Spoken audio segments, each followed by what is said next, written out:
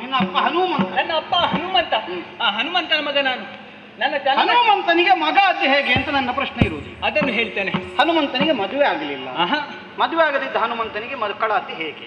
ಈ ಹಿಂದೆ ಅಯೋಧ್ಯೆಯ ಅರಸ ದಶರಥ ಚಕ್ರವರ್ತಿಯ ಮಕ್ಕಳು ರಾಮ ಲಕ್ಷ್ಮಣರಿಗೆ ಕಾಡಿಗೆ ಹೋಗುವಂತ ಯೋಗ ಬಂತು. ವನವಾಸ. ಆ ಹೊತ್ತಿಗೆ ಸೀತಾಮಾತೆ ಕೂಡ ಅವರ ಜೊತೆಯಲ್ಲಿ ಹೋದ್ರು.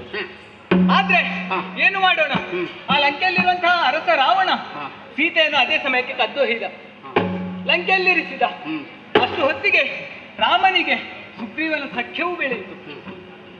ಸುಗ್ರೀವನ ಆಜ್ಞೆಯಂತೆ ಹನುಮಂತ ಸೀತೆಯನ್ನು ಹುಡುಕುವಂತ ಉದ್ದೇಶದಿಂದ ಲಂಕೆಗೆ ಲಂಘಿಸಿದ, ಸಮುದ್ರವನ್ನು ಹಾರಿದ. ಅದೇ ಹೊತ್ತಿಗೆ ಆ ಹನುಮಂತನ ದೇಹದಿಂದ ಬಿದ್ದಂತ ಒಂದು ಬಿಂದು ಸಮುದ್ರವನ್ನು ಸೇರಿತು. ಹನುಮಂತನಿಗೆ ಬೆವರಿತ್ತು. ಹೌದು, ಬೆವರಿದ ಹನುಮಂತನ ಬೆವರ ಬಿಂದು ಸಮುದ್ರಕ್ಕೆ ಬಿತ್ತು. ಆ ಬೆವರನ್ನು ನೀರಿನ ಒಳಗಿರುವಂತಹ ಒಂದು ಹೆಣ್ಣು ಮೀನು ನುಂಗಿತು. ಮೀನು ನುಂಗಿಬಿಟ್ಟಿತಪ್ಪ. ನುಂಗಿ ಈ ಹೆಣ್ಣು ಮೀನನ್ನು ಬೆಸ್ತರು ಹಿಡಿದು ಮನೆಗೆ ಕೊಂಡೋದು.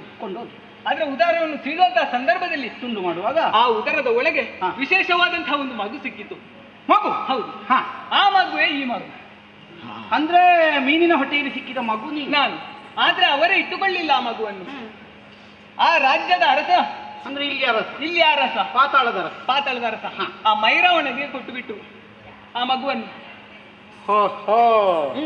ಹಾಗೆ ಮೈರಾವಣ ನಿನ್ನನ್ನು ಸಾಕಿ ಸಲಹೆ. ಈಗ ಆತನ ಆಜ್ಞೆಯಂತೆ ಇಲ್ಲಿದ್ದೇನೆ ನಾನು. ನೀನು ಬಾಗಿಲು ಕಾಯುವ ಕೆಲಸ. ಹೌದು. ಒಳಗೆ ಹೊರಗೆ ಯಾರನ್ನು ಹೋಗ್ಲಿಕ್ಕೆ ನನ್ನ ಅಪ್ಪಣೆ ವಿನಃ ಯಾರಿಗೂ ಪ್ರವೇಶ ಇಲ್ಲ. ಅಪ್ಪಣೆ ಯಾರಿಗೆ ಬೇಕಿದ್ರು ಕೊಡು. ಹೋಗಲಿ. ಇಷ್ಟುದ್ದಕ್ಕೆ ಹೇಳಿದೆಯಲ್ಲ ಹನುಮಂತ. ಹೌದು, ಹನುಮಂತನ ಹಿನ್ನೆಲೆ, ಅವನಿಗೆ ಮಕ್ಕಳಾದ ಕಥೆ ಎಲ್ಲ ಸಂತೋಷ. ಆದ್ರೂ ಒಂದು ಏನು, ಇಷ್ಟರವರೆಗೆ ಒಮ್ಮೆ ಆದ್ರೂ ನಿನ್ನ ಅಪ್ಪನನ್ನು ನೋಡಿದ್ದೀಯ ನೀನು? ಅಪ್ಪನನ್ನು ಕಂಡದ್ದಿಲ್ಲ ನಾನು. ಅದೇ, ಆದ್ರೆ ನನ್ನ ಅಪ್ಪನ ಯೋಗ್ಯತೆ ಬಗ್ಗೆ ಚೆನ್ನಾಗಿ ಗೊತ್ತು. ಹೌದಪ್ಪ, ಅಲ್ಲ ಅದು ಸುಳ್ಳು ಅಂತ ಹೇಳಿದ್ದಲ್ಲ ನಾನು. ಅಪ್ಪನನ್ನು ಇಷ್ಟರವರೆಗೆ ನೋಡ್ಲಿಲ್ಲ. ಅಲ್ಲ, ನಿನಗೆ ಆಸೆ ಇಲ್ಲ ಒಮ್ಮೆ ಅಪ್ಪನನ್ನು ನೋಡ್ಬೇಕು ಅಂತ? ಅದು ನಿಮ್ಗೆ ಯಾಕೆ? ನನಗೆ ಅಪ್ಪನನ್ನು ನನ್ನ ವಿಷಯ ಕಪ್ಪೊಂದು ಯಾರಿಗಾದ್ರೂ ಇರ್ತದೆ. ಒಮ್ಮೆ ಅಪ್ಪನನ್ನು ನೋಡ್ಬೇಕು ಅನ್ನುವಂತ ಆಸೆ ಬಹಳಷ್ಟಿದೆ ಅಪ್ಪ. ಉಂಟಾ? ಆಸೆ ಉಂಟಾ? ಹೌದು. ನಿನ್ನ ಇಷ್ಟರವರೆಗೆ ನೋಡ್ಲಿಲ್ಲಲ್ಲ? ಸುಳ್ಳು ಹೇಳ್ಬೇಡ.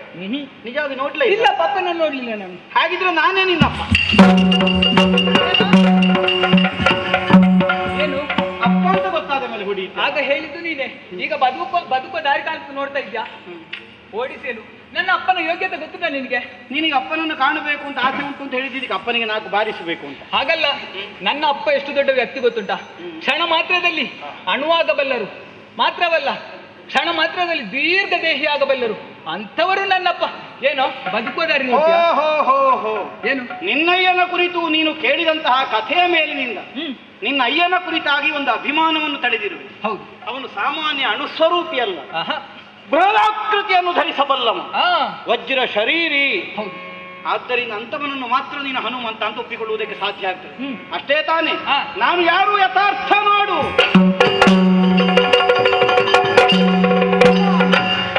ಜಯ ಜಯ ಅನಿಲ ಜಾತ ಪ್ರೀತ ಭುವನ ಖ್ಯಾತ ಜಯತು ರಾಗಮ ಜಯದು ಸಗುಣಯೂತ ಜಯ ಜಯ ದಜ ಮದಭಂಗ ಗೋಪಾಂಗ ಜಯ ಸ್ವಾಮಿ ಕಾರ್ಯವರ್ಯ ಜಯ ಜಯ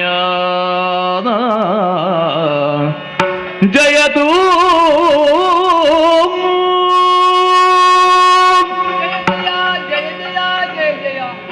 ಜನಕ. ನೀವು ಯಾರು ಏನು ಎಂಬುದನ್ನು ತಿಳಿಯದಂತ ನಿಮ್ಮನ್ನು ಯಾವ ಕೈಗಳಿಂದ ಪೂಜಿಸಬೇಕಿತ್ತೋ, ಅರ್ಚಿಸಬೇಕಿತ್ತೋ, ಮೆಚ್ಚಿಸಬೇಕಿತ್ತೋ ಅದೇ ಕೈಗಳಿಂದ ಹೊಡೆದಿದ್ದೇನೆ, ಬಡಿಸಿದ್ದೇನೆ.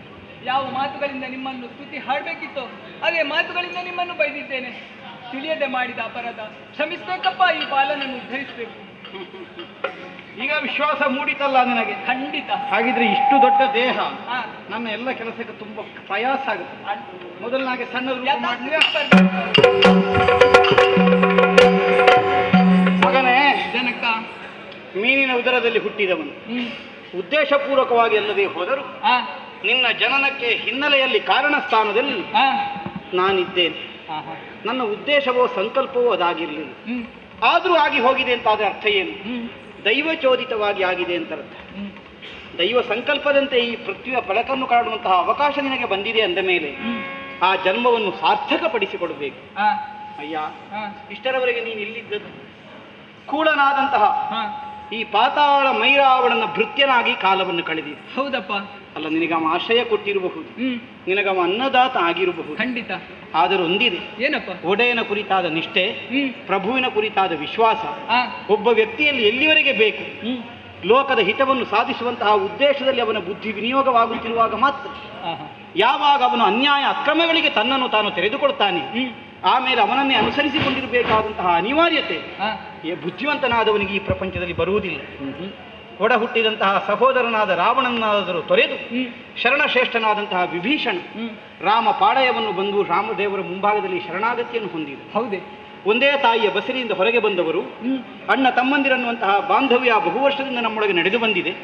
ಅಣ್ಣನನ್ನು ಮೀರಿ ವ್ಯವಹರಿಸಕೂಡದು ಅನ್ನುವಂತಹ ಯಾವ ಉದ್ದೇಶಕ್ಕೂ ಅವನ ಒಳಗಾಗಿ ಅಲ್ಲಿ ಉಳಿಯಲಿಲ್ಲ.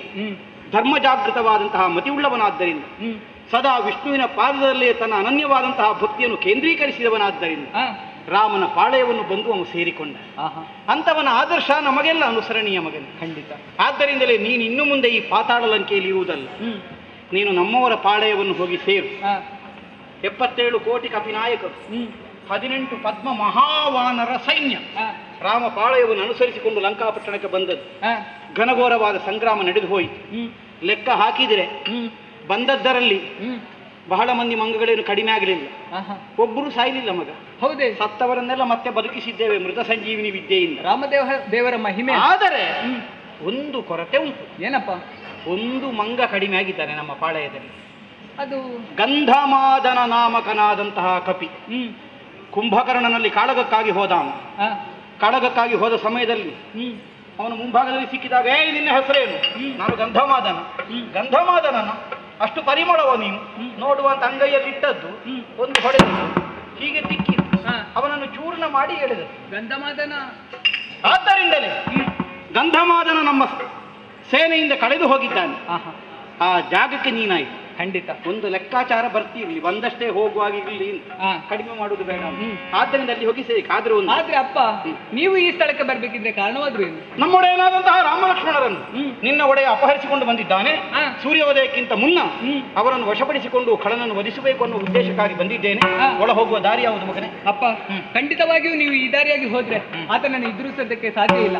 ಅದಕ್ಕೆ ಒಂದು ದಾರಿ ಹೇಳಿಕೊಡ್ತೇನೆ. ಏನು? ಆ ಖಳನಿಗೆ ಸಹೋದರಿಯೊಬ್ಬಳಿದ್ದಾಳೆ. ಆಕೆ ಪುರದ ಹೊರ ವಲಯದಲ್ಲಿರುವಂತಹ ಕಾಳಿಕಾ ಗುಡಿಗೆ ದೇವಿಯನ್ನು ಮೆಚ್ಚಿಸುವುದಕ್ಕಾಗಿ ಹೋಗ್ತಾ ಇರ್ತಾಳೆ. ಅವಳ ಮನವನ್ನು ಒಲಿಸಿದ್ರಿ ಅಂತಾದ್ರೆ ಅವಳಿಂದ ನಿಮಗೆ ಪ್ರಯೋಜನ. ಅವಳ ಸಖ್ಯದಿಂದ ಒಳಗೆ ಸೇರುವುದಕ್ಕೆ ಸಾಧ್ಯ ಆಗ. ಹೌದಪ್ಪ. ರಾಮಪಾಳಯದಲ್ಲಿ ನಿನ್ನನ್ನು ಗುರುತಿಸುವುದಕ್ಕೆ ಅನುಕೂಲ ಆಗಲಿ. ನನ್ನ ರೋಮದಿಂದ 4 ಬಾಲದಿಂದ 4 ರೋಮ ಕಿತ್ತು ಹೋಗು. ಆಗ್ಲಿಯಪ್ಪ. ಆಯ್ತಾ? ಆದಿತ್ತು. ಹೋಗಿ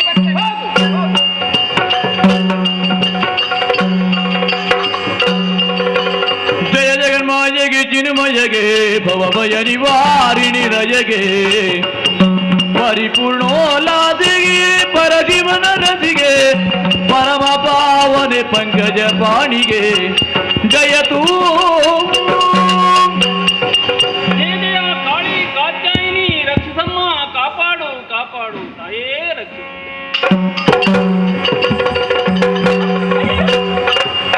ಏನವ್ವ ತಾಯೇ ಏನವ್ವ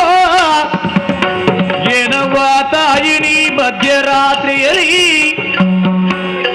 ಮಾನಿನಿಯೋವಳೆ ಬಂದುದ್ಯಾಕಿಲ್ಲೇ ಏನವ್ವ?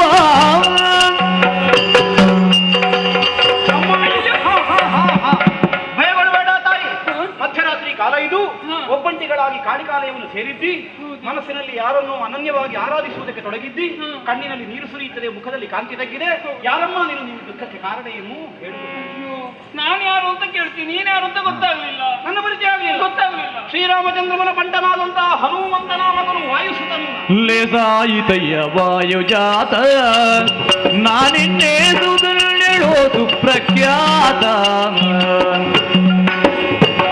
ಆ ಸೂರ್ಯ ಕುಲಜರಣಿ ಸದನುದುಳಿಗ ಬೇಸರಗೊಳದಿರು ಬಂದ ಕಾರ್ಯಗಳ ಕೂಗು ಲೇಸಾಯಿತೈ. ನೀನು ಹನುಮಂತ ನೀನು ಯಾರನ್ನು ಅರಸಿಕೊಂಡು ಬಂದಿದ್ದೀಯೋ ಅಂತಹ ರಾಮ ಲಕ್ಷ್ಮಣರನ್ನು ತಂದು ಮಂಚ ಸಹಿತ ಅಂತಃಪುರದಲ್ಲಿ ಇರಿಸಿದ್ದಾನೆ. ಇದು ವಿಷಯ ನಿನಗೆ ಗೊತ್ತಾದ್ದು? ನನಗೆ ಗೊತ್ತಾಯ್ತು. ನಾನು ಅವನ ತಂಗಿ. ಯಾರು? ನಾನು. ನಿನ್ನ ಹೆಸರು? ಮಹಿರಾವಣನ ತಂಗಿ. ನನ್ನ ಹೆಸರು ದೊಡ್ಡೊಂಡಿ.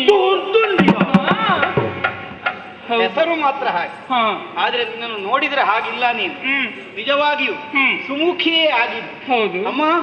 ಕಣ್ಣೀರಿಳಿಸುತ್ತಿರುವೆಯಲ್ಲ, ಕಾರಣ ಏನು? ನನಗೆ ಬೇಸರ. ನಾನು ವೈರಾವಣನ ತಂಗಿ ಆದರೂ ನನಗೆ ನಗರದಲ್ಲಿ ಸುಖ ಇಲ್ಲ. ಸುಖ ಇಲ್ಲದೆ ಇರುವುದಕ್ಕೆ ಕಾರಣ ಉಂಟು. ನನಗೊಬ್ಬ ಮಗ ಇದ್ದಾನೆ. ಮಗ ಇದ್ರೆ? ನೀಲಮೇಘ ಶ್ಯಾಮ ಅಂತ ಅವನಿಗೆ ಹೆಸರಿಸಿ ಸಾಕೋದಕ್ಕೆ ಪ್ರಾರಂಭಿಸಿದ್ದೇನೆ. ಅವನು ಹುಟ್ಟಿಕೊಂಡಾಗ ಜ್ಯೋತಿಷ್ಯರನ್ನು ಕರೆಸಿ ಅವನ ಭವಿಷ್ಯವನ್ನು ಕೇಳಿದ ನನ್ನ ಅಣ್ಣ. ಆಗ ಜ್ಯೋತಿಷ್ಯರು ಅವನ ಭವಿಷ್ಯ ನೋಡಿ ಹೇಳಿದ್ರು, ಇವ ಸಾಮಾನ್ಯನಲ್ಲ, ಮುಂದೆ ಈ ಪಾತಾಳ ಲಂಕೆಯ ಅರಸನಾಗ್ತಾನೆ ಅಂತ. ಸರಿ, ಅವನಿಗೆ ಒಳ್ಳೆ ವಿದ್ಯಾಬುದ್ಧಿ ಕೊಟ್ಟು ಅರಸನನ್ನಾಗಿ ತಯಾರು ಮಾಡಬೇಕಿತ್ತು. ಹಾಗೆ ನಾನು ವಿದ್ಯಾಬುದ್ಧಿ ಕೊಡಬೇಕು ಅಂತ ಆಲೋಚನೆ ಮಾಡಿದೆ. ಇದನ್ನು ಕೇಳಿದ ನಮ್ಮಣ್ಣನಿಗೆ ಸಹಿಸುವುದಕ್ಕಾಗಲಿಲ್ಲ. ನಂಜಿನಿಂದ ಅವನನ್ನು ಕೊಲ್ಲುವುದಕ್ಕೆ ಪ್ರಯತ್ನ ಮಾಡಿದ. ಆಗ ಅವನ ಹೆಂಡತಿ ಬಂದು ತಡೆದ್ಲು, ಕೊಲ್ಲಬೇಡ ಅಂತ ಹೇಳಿದ್ಲು. ಬದುಕಿಕೊಂಡಿದ್ದಾನೆ. 10 ವರ್ಷ ಅವನಿಗೆ ವಯಸ್ಸಾದಾಗ ಅವನನ್ನು ಕಾರಾಗೃಹದಲ್ಲಿ ಇರಿಸಿದ್ದಾನೆ. ಓಹೋ, ಅಂತೂ ಇನ್ನೂ ಈ ಮೂರ್ಖನಿಗೆ ಪೀಠ ಬಿಡ್ಲಿಕ್ಕೆ ಮನಸ್ಸಿಲ್ಲ. ಇನ್ನೂ ತನಗೇ ಸಿಂಹಾಸನ ಬೇಕು. ಅದಕ್ಕೆ ಯಾವನು ಅಡೆಯಾಗ್ತಾನೋ ತಡೆಯಾಗ್ತಾನೋ, ಮುಂದೆ ಯಾವನ ಅರಸನಾಗ್ತಾನೆ ಅವನನ್ನೇ ಕೊಂದು ಮುಗಿಸಬೇಕು ಅನ್ನುವಂತಹ ದುರ್ಬುದ್ಧಿಗಮ ಬಂದಿದ್ದಾನೆ. ತಾಯಿ, ಯೋಚಿಸುವುದು ಬೇಡ. ಏನು? ನಿನ್ನ ಮಗನಿಗೆ ಪಟ್ಟ ಪಡಿಸುವ ಕೆಲಸ ನನಗೆ ಇರಲಿ. ಆದ್ರೆ ಒಂದು ಏನು, ನಮ್ಮ ರಾಮ ಲಕ್ಷ್ಮಣರನ್ನು ನಾನು ಹೇಗೆ ಸ್ವಾಧೀನ ಮಾಡಿಕೊಡ್ಬಹುದು, ಈ ಪಾತಾಳ ಲಂಕೆಯನ್ನು ಹೇಗೆ ಸೇರಬಹುದು, ಅದಕ್ಕೆ ನೀನು ದಾರಿ ತೋರಿಸ. ವಶಪಡಿಸಿಕೊಳ್ಬೇಕು ಅಂತಾದ್ರೆ ಒಳಗೆ ಹೋಗ್ಬೇಕು.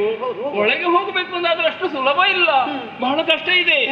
ಬಿಚ್ಚುಗತ್ತಿಯ ಕಾವಲು ಒಟ್ಟರಿದ್ದಾರೆ, ಎಲ್ಲಿ ಒಳಗೆ ಹೋಗುವುದಕ್ಕೆ ಬಿಡುವುದೇ ಇಲ್ಲ. ಅಷ್ಟು ಮಾತ್ರ ಅಲ್ಲ, ಒಳಗೆ ಹೋಗುವಂತಹ ದ್ವಾರದಲ್ಲಿ ಹೋಗುವವರನ್ನೆಲ್ಲ ತೂಕ ಮಾಡಿ ಎಷ್ಟಿದ್ದಾರೆ ಅಂತ ನೋಡಿ ಒಳಗೆ ಬಿಡುವುದು. ಹಾಗೆ ಹೊರಗೆ ಬರುವಾಗಲೂ ತೂಕವೇ. ಹೊರಗಿನಿಂದ ಬರುವಾಗ ಇದ್ದಷ್ಟೇ ತೂಕ ಇರಬೇಕು, ಒಳಗೆ ಹೋಗುವ ಹೆಚ್ಚಾಗುವ ಹಾಗೆಲ್ಲ ಉಂಟು. ಹೌದು. ಒಂದು ಕೆಲಸ ಮಾಡುವ. ಏನು? ನಾನು ಕಾಮರೂಪಿ ಇದ್ದೇನೆ, ಬೇಕಾದ ರೂಪವನ್ನು ಧರಿಸಬಲ್ಲೆ. ಅಣುರೂಪವನ್ನು ಧರಿಸಿ ನಿನ್ನ ಕರದಲ್ಲಿರುವಂತಹ ಕುಂಭದಲ್ಲಿ ನಾನು ನೆಲೆಸ್ತೇನೆ. ಒಳಗೆ ಸೇರಿ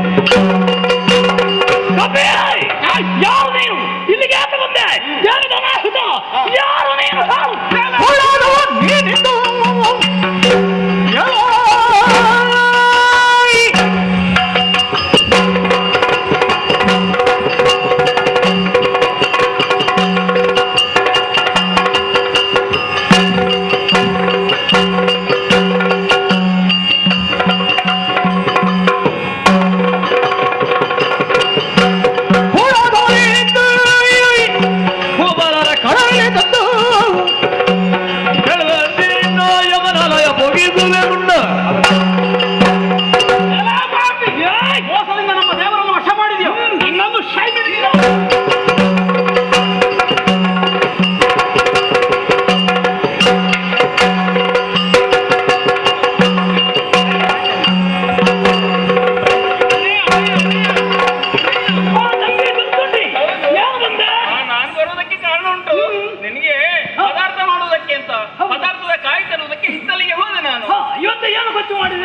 ಗೊಜ್ಜು ಮಾಡುವುದಕ್ಕೆ ಬದನೆ ತರಬೇಕು ಅಂತ ಹಿತ್ತಲಿಗೆ ಹೋದದ್ದಣ್ಣ.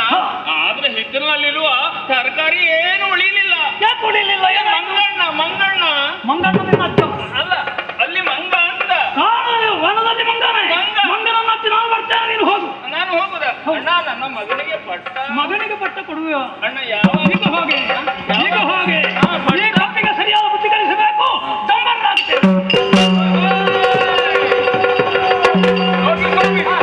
ನಾಟ ಟೊಮಲಾಟದವರು ಯಾರಿದ್ದಾರೆ? ಸ್ವಾಮಿ ಒಂದು ಆಟ ಆಡಿಸ್ತೀರಾ? ರಾಮ್ ರಾಮ್ ರಾಮ್ ರಾಮ್.